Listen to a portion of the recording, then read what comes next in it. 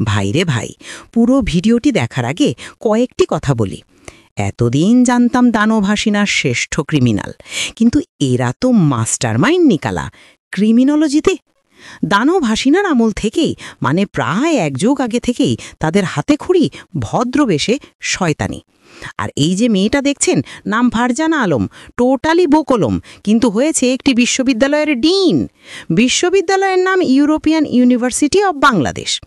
আর তাকে আওয়ামী লীগের আমলেই বিভিন্ন আওয়ামী লীগ নেতাদের খাটে নিয়ে 2 হাতে ব্যবসা করেছে এই ডাক্তার জাহিদ ও স্বঘোষিত টকিস্ট মাসুদ কামাল।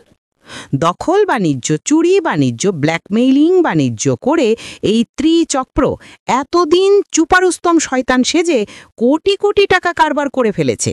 ভাবতে পারেন কি ভয়ানক ব্যাপার? যাদের ভদ্র ভাবতাম তারাই এই অভাগাচাটিকে এইভাবে ধোঁকা দিল। তাদের তো ভাই কঠিন শাস্তি হওয়া দরকার।